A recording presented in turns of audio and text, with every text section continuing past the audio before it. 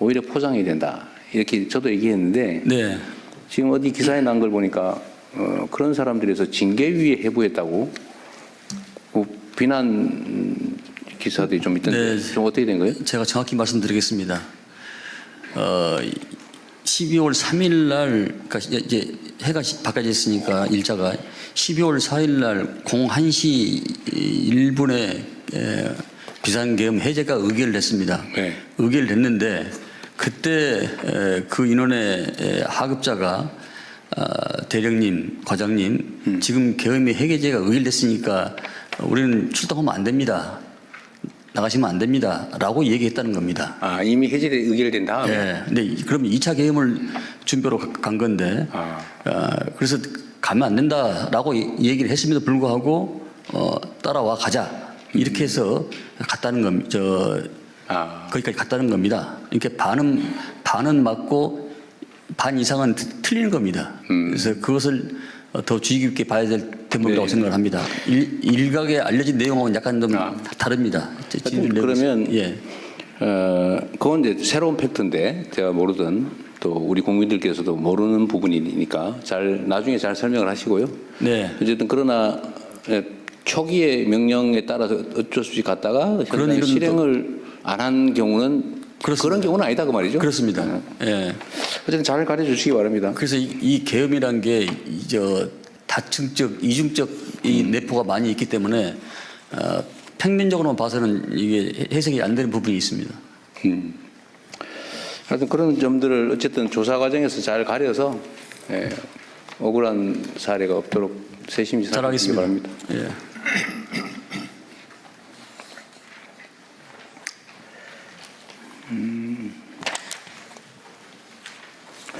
그다음에 이게 이따가 방사청 볼 때도 얘기할 수도 있긴 한데 일단 이 점은 좀 신경을 좀 써주세요. 그 12페이지에 스마트 강군 육성, 첨단 과학기술 기반 스마트 강군 육성 부분과 관련된 건데 우리가 이제 방위산업을 대대적으로 육성을 하자. 이제 이거는 우리 경제적인 요인도 있지만 어쨌든 국가 국방력과 관계된 것이기 때문에 매우 중요하지 않습니까?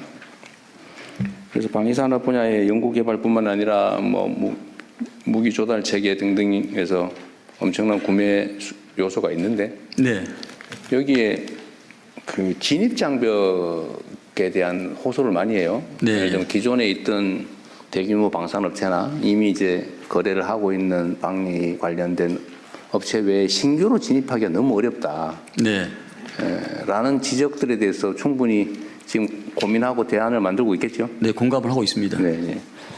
그리고 앞으로는 아마 뭐 전투기 장갑차, 탱크, 자주포 이런 대형 무기 체계 말고 네. 이제는 기술 기반의 첨단 무기, 소형 무기들이 많이 나올 거 아니에요. 그렇습니다. 이런 거는 사실 기존에 있던 대형 방산업체들이 쉽게 할 수 있는 영역은 아닌 것 같아요. 네, 그래서 대통령님 지난번에 말씀 저희들한테 했다시피 이게 광급 제도를 좀 더 제도적으로 확대를 시키면은 그 진입 장벽이 더 낮아집니다. 그건 의무적으로 해야 되기 때문에 대기업에서 그래서 이것을 제도적으로 좀 정착시켜 나가려고 하고 있습니다. 네, 그것도 좋은 생각이겠네요. 네, 자재, 그러니까 중간재를 조달 구매를 해서 제공을 하거나 아니면 아예 구매를 의무적으로 조건으로 그렇습니다. 만들어서.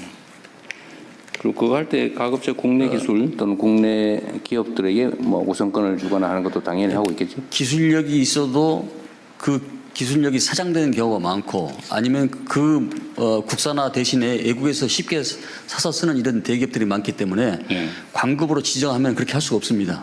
그래서 그 제도를 더 확대 생산해 나가려고 하고 있습니다. 어쨌든 뭐 다양한 방법도 있을 텐데 어떤 진입 장벽이 최소화될 수 있도록 또 어떤 신생업체, 벤처나 스타트업들이 기회를 가질 수 있게 각별히 배려해 주시기 바랍니다. 알겠습니다. 네. 어쨌든 우리나라는 이제는 고용보다는 창업이 더 중요한 나라로 변화돼 가고 있기 때문에 그런 기회를 많이 줘야죠. 네. 네. 자, 경기 북부 지역을 포함한 미군 공여지, 미군 기지 부지죠. 미군 기지 부지에 대해서는 이게 잘 진척이 안 되는 측면이 있습니다. 첫째로는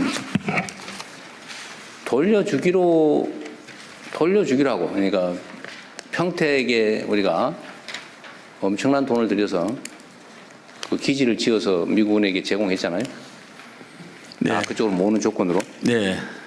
그런데 경기 북부에 가보면 여전히 특별한, 내가 보기 납득하기 어려운 무슨 주유 기지가 필요하다 그러거나 아니면 무슨 식품 창고 운영한다고 여전히 안 돌려주고 있는, 그것도 한 10년 넘은 것 같아요. 지금 그런 미반환, 그러니까 반환하기로 해놓고 안 하는 거, 요거 처리도 첫째 문제고, 두 번째는 이제 국가가 돌려받긴 했는데 이걸 개발을 못하고 팔리지도 않고 그래서 10수년간 계속 방치되어 있는 걸 어떻게 개발을 활성화할 거냐, 이 두 네. 가지 주제가 있잖아요. 그렇습니다. 계속 반복적으로 얘기하고 있는데, 어쨌든 이 약속하고 지금 반환하지 않고 지체하고 있는 거, 이 문제는 어떻게 하실 생각인가요? 지금 먼저 쉬운 문제부터 지금 네. 가능한 것부터 지금 해결하려고 합니다. 내년에.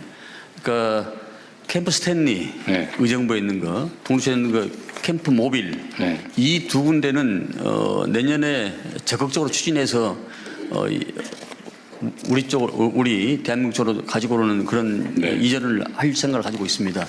나머지는 여러 가지 그 무기 체계나 또 다른 것의 그 대화력전이나 이런 부분들은 미측과 더 협의를 해야 되는 부분이고요. 네. 대전제가 캠프 스탠리하고 모빌 이 두 군데는 우리 쪽으로 대한민국 쪽으로 이게 이전이 가능하기 때문에 이 두 문제부터 먼저 해결하고 그렇게 하려고 생각하고 있고, 또 그 땅 문제는 일반 기업이 지금 부동산 경기가 별로 좋지 않아서 일반 기업에서 이것을 눈독을 들이지 않고 있습니다. 그래서 장기적으로 지자체에서 지방 정부에서 이것을 우선적으로 관리를 할 수 있도록 뭐 예컨대 50년 플러스 50년 해가지고 또 정부에서 융자 지원도 해주고 네. 공시지가 기준으로 약 1%의 이자만 내고 그러면은 우선적으로 약 100년 동안 사용하게 할 수 있는 이런 방안을 지금 모색하고 있습니다. 네.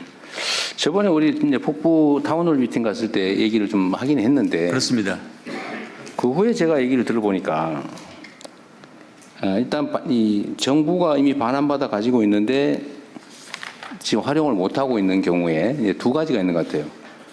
첫째로는 지방 정부가 이걸 뭐 도로 뭐 아니면 뭐 공원 뭐 이런 공공용지로 쓰려고 할 때도 나름 깎아준다고 깎아줬는데 80% 70%인가 내게 돼 있는 거를 70%가 지원해주고 30%를 지방 정부가 내게 돼 있는 걸 이번에는 인심 써서 20%만 내고 80% 깎아주는 걸로 결정했잖아요. 예. 근데 그러고 난 다음에도 저한테 들어온 얘기는 뭐냐면 그 20%를 꼭 받아야 되겠냐. 공공용지인데 개발해서 쓰려는 게 아니고 그 동네 예를 들면 도로 뭐 공원 이런 공공시설 용지로 쓰는데 굳이 돈을 받아야 되겠냐. 정부가 공짜로 해주지는 못할 망정. 이 주장에 대해서는 어떻게 생각하세요? 근데 사용자인 시민의 입장에서 봐서는 정부나 지자체가 똑같은 것으로 보여지기 때문에 네. 그것이 일견 타당하다고 보는데, 그것이 어떤 측면에서는 지자체의 그 해이한 거 뭐 이런 측면이 있을 수 있겠다 이런 판단이 있습니다. 근데 저는 반대인데요. 왜냐하면 정부가 예. 어디 특정 지역을 개발을 하면 예. 정부에서 그 도서관 부지도 도서관도 지어주고 공공시설 지어서 도로 지어서 다 그냥 무상 기속시키잖아요. 기부치 나가잖아요. 그렇습니다. 예. 그 공공시설인데 그걸 꼭 땅값을 20%는 받아야 되겠냐. 한 5%만 받고 해주면 안 되겠냐. 근데 이제 그렇게 되면은 그에 따른 여러 가지 철도 부지에 관련된 땅도 아마 여러 가지 법 개정도 같이 동시에 아마 이루어질 겁니다. 그 비슷한 땅들이 전국에 산재해 있기 때문에 미군기지 문제만 하면 되죠. 왜냐하면 미군기지만 특별법으로 왜냐하면 미군기지는 그 동네에 수십 년 동안 그 지역을 장악을 해가지고 점유를 해가지고 동네 발전을 가로막아 왔잖아요. 피해를 봤잖아요. 공짜로 달라는 게 아니고 지금까지 정말 특별한 희생을 엄청나게 오랫동안 치렀는데 그거를 굳이 꼭 그렇게 20%든 꼭 받아야 되겠냐. 인심 쓰는 김에 좀 더 깎아주라. 라는 게 저는 약간 공감이 가거든요. 그거 한번 좀 더 고민해 주시고요. 네, 알겠습니다. 네. 두 번째로는 임대와 그 매각대금 할부, 예. 할부는 상당히 괜찮은 조건이긴 하던데 예. 여전히 별로 뭐 그렇게 뭐 해보겠다는 데가 없는 것 같죠. 아직까지는 지금 반응이 별로 없죠. 뭐 저요 손든 사람은 손든 지자체는 없습니다. 이것도 지방 정부에 팔 생각만 하지 말고 SPC를 만들든지 정부가 좀 나서서 위험 부담을 하고 좀 개발해 보면 안 될까? 그 고민도 한번 해봐 주세요. 네, 그거 가지고 있으면 뭐 하겠어요? 지금 10수년 이미 가지고 있으면서 아무것도 못 했잖아요. 그렇습니다. 네. 고민을 좀 해주세요. 좀 더 전향적으로. 접어서. 제가 경기 북부 도지사 출신 아닙니까? 네? 잘 알겠습니다. 그리고요, 다 국방부 얘기는 다 했습니다. 다 했고. 그다음에 소속 기관들 잠깐 볼게요. 국방전직교육원은 전직을 지원하는 곳인가 봐요. 네. 네. 네, 국방전직교원장입니다. 네. 맞습니다. 열심히 해주세요. 네, 알겠습니다. 전쟁기념사업회는 어디 있어요? 네.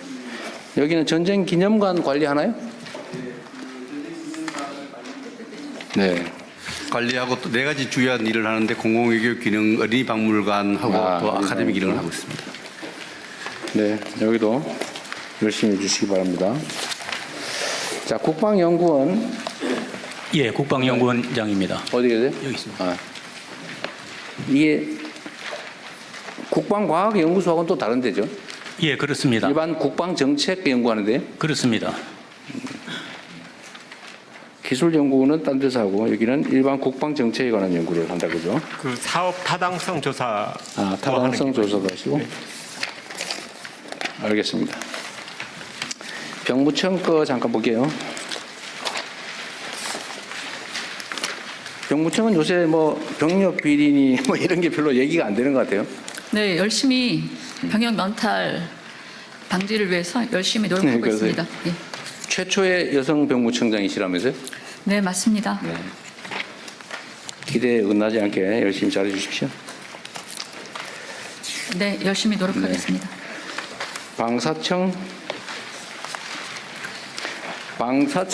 이 세부적인 내용을 얘기를 하기 전에 아까 발표하면서 마지막에 하셨던 말씀, 업무를 좀 조정하고 소속을 바꾸자 얘기하셨어요? 네.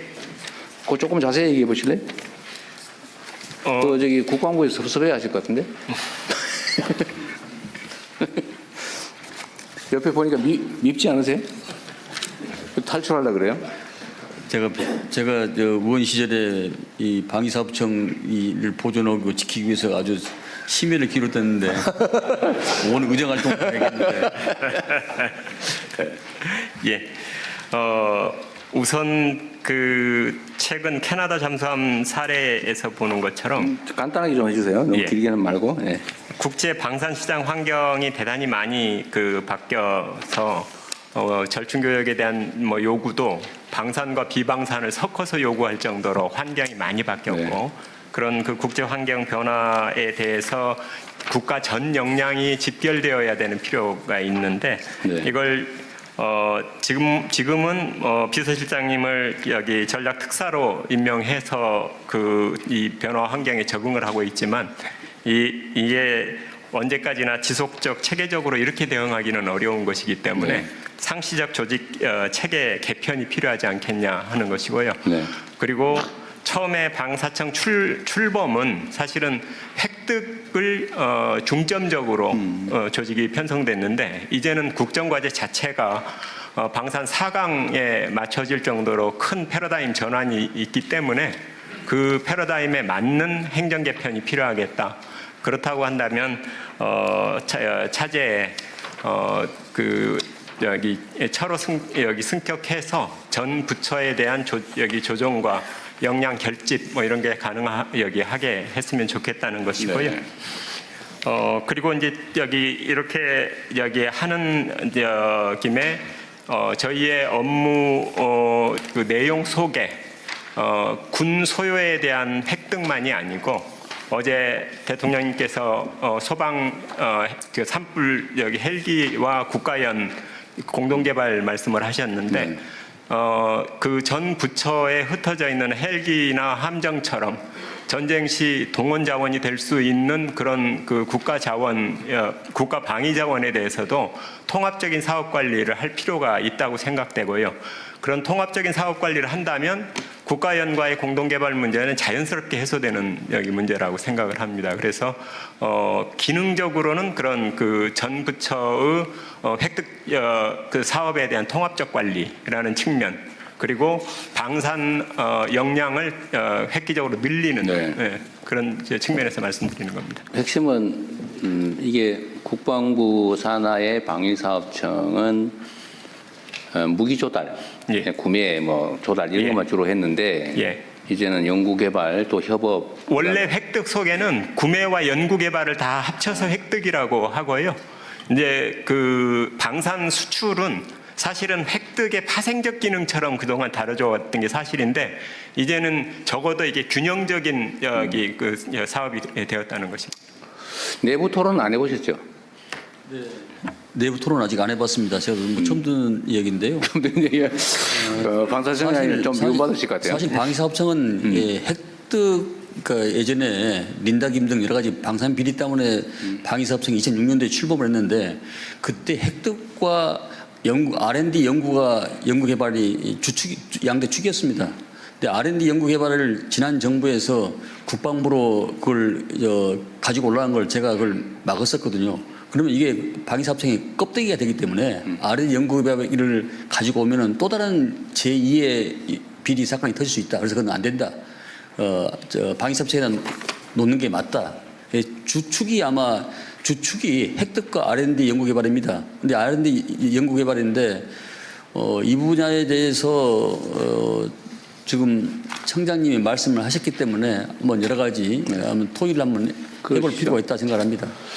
그러니까요. 뭐 오늘 여기서 결정 날 건 아니고 일종의 제안이니까 한번 고민을 해보는데 지금 이게 이제 방사청이나 국방부 단위에서 처리가 안 돼서 지금 비서실장을 방위산업 특사로 해가지고 지금 대외 무기거래 분야는 지금 일종의 협의랄까? 뭐 이런 걸 하고 있는 중인데 이게 지금 그러니까 국방부의 단독 사업을 하기는 너무 광범위하다 업무가 그런 얘기죠. 예. 광범위한 것도 있지만 사실은 방산 수출과 관련된 기능에 수출 그 정책 지원 또 협력 그리고 한 가지는 이게 방산 수출 정보를 취합하는 것 이런 그 기능을 늘려야 비로소 행정적인 그 지원이 가능할 수 있는데 비서실장 얘기 잠깐 들어볼까요, 그럼? 네, 뭐 지금 이제 예전에 방위산업은 무기를 사고 팔던 요 단순한 관계에서 이제 국제시장이 엄청 많은 비용을 들여서 우리가 무기를 판매하려고 하고 있는데 반대급부로서 경제적 지원이라든지 산업 수출이라든지 이렇게 복합적으로 논의되고 있는 게 사실입니다. 그래서 그런 부분에 여러 가지 환경이 좀 달라지기 때문에 국방부 장관님과도 충분히 좀 논의해서 향후에 좀 고민해 볼 필요가 있다고 생각합니다. 그러니까 저도 이번에 이제 순방을 다니면서 정상들과 얘기를 좀 해보면 사실 방위 분야에 대한 관심들이 상당히 높고 특히 대한민국 무기 체계에 대한 선호도가 엄청 높아요. 대신에 단순 구매는 안 한다. 뭐 대체적으로 당연히 현지 생산해라, 대응 구매해라. 또 주변 국가와의 외교적 관계는 어떻게 되냐. 예를 들면 뭐 사거리 문제는 어떻게 해결할 거냐 등등 매우 복합적이더라고 보니까 만들어 파는 정도가 아니고 하여튼 외교부 그다음에 산업부 왜냐하면 그쪽이 현지 뭐 산업 기술 지원을 해줘야 되기 때문에 하여튼 그런 복합적인 요소가 있긴 한 것 같아요. 그렇습니다. 예. 그래서 하나의 무기 체계를 어떤 부처가 혼자 할 수 있는 시대는 아니고 유관 부처가 시스템으로 유기적으로 이렇게 움직여야 됩니다. 예, 근데 만약에 청장님이 한 생각대로 된다 하더라도 각 정부의 각국에 나가 있는 무관들의 여러 가지 정보 첩보를 그게 집약하지 않으면은 이게 생산할 수가 없는 그런 부분도 있기 때문에 여러 가지 다부처가 같이 해야 될 사항이라고 생각합니다. 논의를 한번 해보십시오. 그러니까 지금 방사청의 업무가 지금 재편돼야 된다고 얘기하시는 거잖아요. 그렇습니다. 그죠? 예. 그 실제 지금 장관님 말씀에 뭐 깊이 공감하고요. 그 뭐 무관 정보 뭐 이런 것들도 같이 공유해야 된다고 생각을 하는데 중요한 건 제가 청장으로 와서 보니까 방산진흥본부를 만들자고 하는 제안을 했는데 결과가 직원 2명 늘려주는 걸로 끝났습니다. 그 이런 뭐 방산진흥본부가 왜 필요하냐? 그러니까 그 근본적으로 이 틀 자체를 크게 생각하지 않으면 공무원 증언해달라는 식의 요구처럼 듣습니다. 그런데 이건 그 조직 전체 측면에서의 기능적 보강이고 부처 간의 다부처 간의 협업을 어떻게 끌어내느냐, 그걸 어떻게 조정하느냐 그 차원에서 문제를 봐야 된다는 겁니다. 이 문제는 뭐 이 정도 하고요. 비서실장께서 사실 실제 총괄이니까 나중에 한번 국방부하고 같이 한번 의논을 해보시죠. 네, 알겠습니다. 네. 그리고 이제 세부적인 내용 중에 사람들은 아까 우리 장관님께서 말씀하신 것처럼 무기 조달 그러면 딱 떠오르는 사람 있죠. 무슨 김이라고. 근데 그처럼 부정부패에 노출될 위험이 높죠. 요즘 많이 투명화되긴 했는데. 네. 근데 이 문제에 대해서 부정부패 문제나 불공정 문제에 대한 대응책이랄까? 뭐 이런 거는 지금 언급이 잘 안 되고 있는 것 같은데 어떠세요? 사실은 방산 비리 그러면 예전에는 상층 부패였습니다. 네. 부패의 수준이 적어도 장관급 이상의 부패.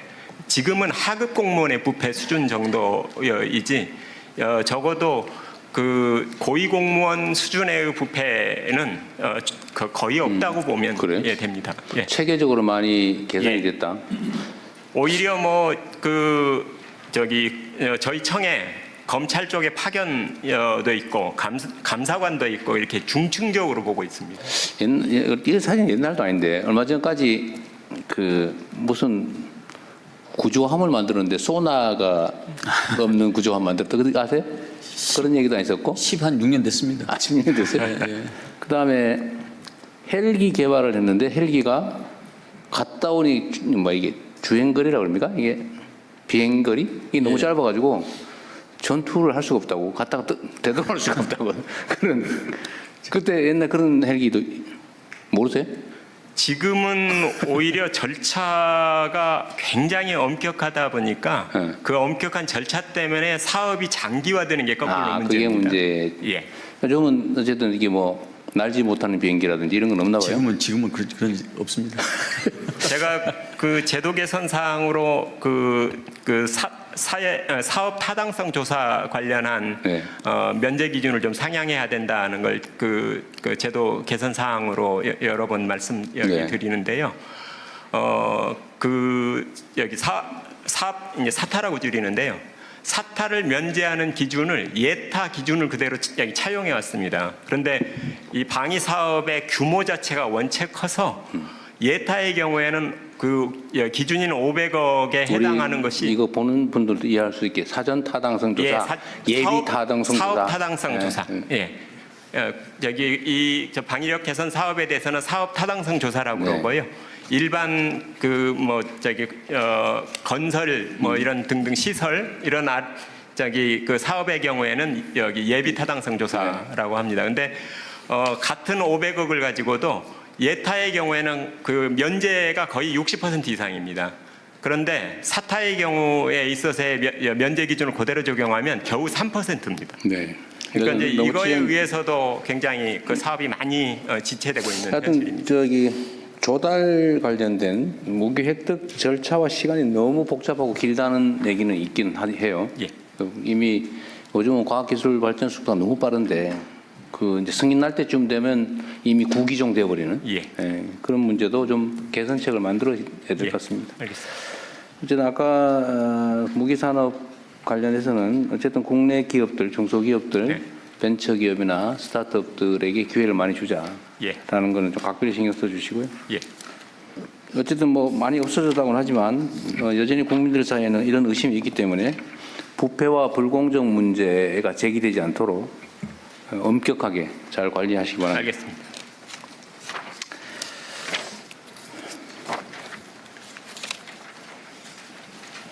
여기 84페이지에 뭐 재밌는 얘기들 많이 써놓으셨던데 획득 절차 얘기는 제가 말씀드렸고 계약 제도를 복수 낙찰제를 도입하자. 이게 어떤 거예요? 단수로 한 기업만 하지 말고 할 때 두 개를 동시에 하자 그런 얘기예요? 그 원래 복수 사업자가 있으면 경쟁 입찰을 하는 게 원칙인데 지금까지 그랬죠. 예. 그런데 복수 여기 사업자 이 방위사 얘기 그 사업 업체가 품목별로 거의 한정적인 구조고 대체로는 과점 구조입니다. 딱 한 군데만 찍어서요. 한 군데만 찍는 게 아니라 대체로는 어떤 체계별로 두 개 기업이 치열하게 경쟁을 하는데 이게 과당 경쟁에 여기 폐해가 많아서 경쟁의 공정성을 취하자는 것이 거꾸로 성능이나 뭐 이렇게 국익 측면에서 오히려 부정적 효과를 내는 경우들이 많아서 차라리 그런 경우에 복수 낙찰을 통해서 서로의 그걸 좀 조정해가는 방식으로 그런 양면이 있는 것 같아요. 이제 네. 경쟁을 통해서 얻는 이익 또는 경쟁을 통해서 얻게 된 불이익 있는데 복수 낙찰 제도 역시 마찬가지로 그런 이익도 있지만 또 한편으로는 담합을 경쟁을 배제하는 그런 문제도 있겠죠. 그건 이제 저희가 입찰 제안서를 어떻게 기준을 잘 세우느냐에 따라서 상당한 정도는 걸러낼 수 있습니다. 그렇죠. 단수 낙찰이냐 복수 낙찰이냐 어떤 게 절대적으로 옳다고는 할 수 없고 그렇습니다. 예, 그 장단점을 예. 잘 살려서 예. 뭐 적절하게 선택하면 되겠죠. 네.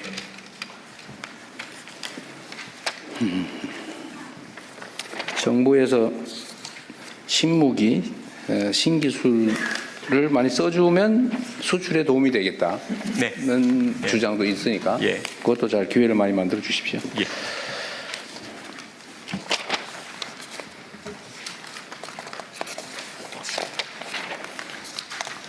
약간 위험하니까 부패, 부정, 불공정 이런 소리 절대 안 나오게 잘 알겠습니다. 처리해 주십시오. 예. 국방과학연구소는 소장님이 계신가요 지금? 네, 국방과학연구소장 네네네. 이건원입니다. 제가 전에도 한번 물어봤던가 모르겠는데 전투기를 개발하는데 왜 공대공 미사일은 개발을 안 했을까? 그 설명할 수 있어요? 네, 당시에 많은 논의가 있었는데 그 시기를 하여튼 잡지 못하고 그 타당성이나 기술적 수준에서 리스크가 있다고 판단해서 군에서도 적극적으로 가지 못했던 그런 내용으로 알고 있습니다. 만약에 그러면 지금 우리가 이제 전투기 개발해서 해외 수출도 하는데 예, 지금 해외에서 공대공 미사일을 구매를 못 해가지고 미사일 장착도 못하고 팔게 생겼다면서요? 예, 출발이 같이 갔었어야 되는 게 맞았습니다. 지금 공대공 미사일 구매가 안 돼요? 공대공 미사일 초기 버전은 유럽산으로 구매를 해서 장착을 하고 그 이후 버전은 저희가 지금 개발을 시작을 했습니다. 못 사고 있어요? 아니 그러니까 전투기를 팔면 거기에 쓸 수 있는 공대공 미사일을 붙여서 팔아야 될 거 아니에요? 그렇습니다. 그 부분은 저희 영역이 아니어서 제가 답변 드릴 수가 없습니다. 그래요? 딴 데서요? 예, 저희 사업부의 부장. 여기는 예. 의뢰된 연구만 하는 거니까 모를 수 있다는 거죠? 예, 카이 대표이사 차재병 부사장입니다. 네. 그 카이가 설명하면 되겠네요. 예, 어디 계세요? 예, 아마도 대통령께서 지적하신 부분은 FA50 폴란드 수출 관련해서 아마 지적하신 내용 뭐 같습니다. 저는 내용 잘 몰라요. 하여튼 그런 얘기가 있대요. 예, 죄송합니다. 그 FA50 같은 경우에는 저희가 이제 수출을 하면 기본적으로 공대공 미사일이 장착이 돼서 같이 판매가 되고 있고요. 그 해당 미사일은 보통 해당국에서 미국으로부터 직접 구매해서 사용을 하고 있습니다. 그리고 지금 폴란드 같은 경우에는 이제 가장 최신형 미사일인 저희가 AAM-9X라고 하는 이제 최신 미사일이 있는데 이 부분에 대한 통합을 요구를 해서 이 부분은 현재 지금 통합이 진행 중이고요. KF21을 예를 들어서 말씀을 드리면 KF21은 저희가 독자 플랫폼으로 개발을 했기 때문에 무장 통합을 저희가 독자적으로 할 수 있습니다. 그래서 그 현재는 유럽의 IRST라는 미사일이 통합이 돼 있고요. 앞으로 수출을 하게 되면 저희가 레이더도 자체 보유하고 있고 무장 통합을 우리 순수 국내 기술로 할 수 있기 때문에 이제는 국산 미사일을 개발해서 얼마든지 저희가 통합해서 수출을 할 수 있는 그런 환경이 마련됐습니다. 지금은 문제가 없다는 거예요? 예, 그렇습니다. KF 수출에는 전혀 문제 없습니다. 저 뒤에 손 드신 분은 예, 방위사업청 한국형 전투기 사업단장입니다. 제가 KF 사업을 담당하고 있습니다. 네. 정확히 말씀드리면은 유럽의 그 미티어 무장 등을 살 수 없는 게 아니고 일부 최소 수량을 지금 구매한 거고 예산과 전력화 일정을 고려 최소 수량을 구매한 거고 향후에 국내 그 공대공 미사일이 개발되면은 그 부족한 수요를 채우겠다 그런 정책으로 지금 확보하고 있는 겁니다. 그러니까 지금 유럽산 무장을 살 수 있느냐 없느냐에 있어서는 돈을 주면 살 수 있는 상황입니다. 아, 그래요? 언제쯤 우리는 그러면 공대공 유로탄 개발이 되나요? 그게 뭐 목표 시기가 있을 거 아니에요? 예, 저 국방부 자원관리처장 보고 네. 드리겠습니다. 이쪽에 있습니다. 저 뒤에도 누가 손을 드는데? 저 실무자신가 본데 그쪽 뒤에서 얘기해 보시죠. 네, 방위사업청 유도무기사업부장 오성식입니다. 그 KF-21은 양산이 32년에 완료가 되는데 단거리 공대공 미사일은 33년 하반기 양산 착수해서 35년에 완료가 됩니다. 그럼 그 사이 상당히 간극이 많이 생기는데 몇 년? 그래서 지금 해외에서 지금 구매해가지고 일부 소요를 지금 확보할 예정이고. 확보할 예정이다. 예. 근데 그 얘기인가 보네요. 아까 하실. 예, 국방부 자원관리처장입니다. 사실 방금 말씀드린 내용을 설명드리려고 했었는데요. 그 똑같은 얘기로 그 지금 먼저 우리가 개발하는 공대공 미사일을 장착하기 전에는 유럽으로부터 사와서 장착을 하고 그 부족분에 대해서는 그 우리가 개발한 거를 이제 장착을 하는 그런 것으로 나중에 보완해 준다. 예, 개발이 완료가 되면 하여튼 확정된 건 아니라서 그런 걱정을 하는 쪽이 있나 보군요. 근데 그 처음에 그 KF-21이 전력화되면서 공대공 미사일은 같이 패키지로 들어오게 돼 있습니다. 네, 잘 해결하시기 바랍니다. 그리고 여기 국방과학기술연구소 제가 어젠가 소방 쪽에다 얘기를 해놨는데 그 소방 관련된 장비 있잖아요. 소방 예를 들면 화재 진압을 하려면 불 속으로 우리 소방관들이 뛰어들어가고 뭐 이러는데 요즘 세상에 왜 그렇게 하냐. 좀 자동 소화 로봇이든지 뭐 이런 거 좀 개발해서 하면 안 되냐. 그런데 사실은 소방연구소 뭐 이런 게 있긴 있는 모양인데 거기는 거의 연구 인력이나 연구 규모가 너무 작아서 쉽지가 않은 것 같아요. 근데 이건 군 장비로도 거의 비슷할 것 같은데 국방연구소, 과학연구소가 소방하고 협업해서 같이 개발하면 어떨까 그런 생각이 들던데 그거 좀 어떠세요? 아까 우리 청장님 얘기를 좀 들으신 것 같은데. 소방 헬기도 지금 군에서 산불 진화 지원하는 헬기가 그러니까 산림청 헬기는 이 바구니에 물을 담는 방식인데 군에서 개발한 거는 아예 물통이 그 헬기 안에 들어가서 바로 여기 직사를 하는 그래서 굉장히 효율적인데 이제 그게 단점은 물통이 들어간 것을 쉽게 빼지를 못해서 이 헬기를 다른 용도로 쓰는데 거꾸로 제약이 생긴다고 그래서 이제 사업에 약간 제동이 걸리긴 했는데 제가 듣기로는 예컨대 사족 보행 로봇도 개발이 됐다고 하는데 화재 진압 이런 측면에서 군 기술을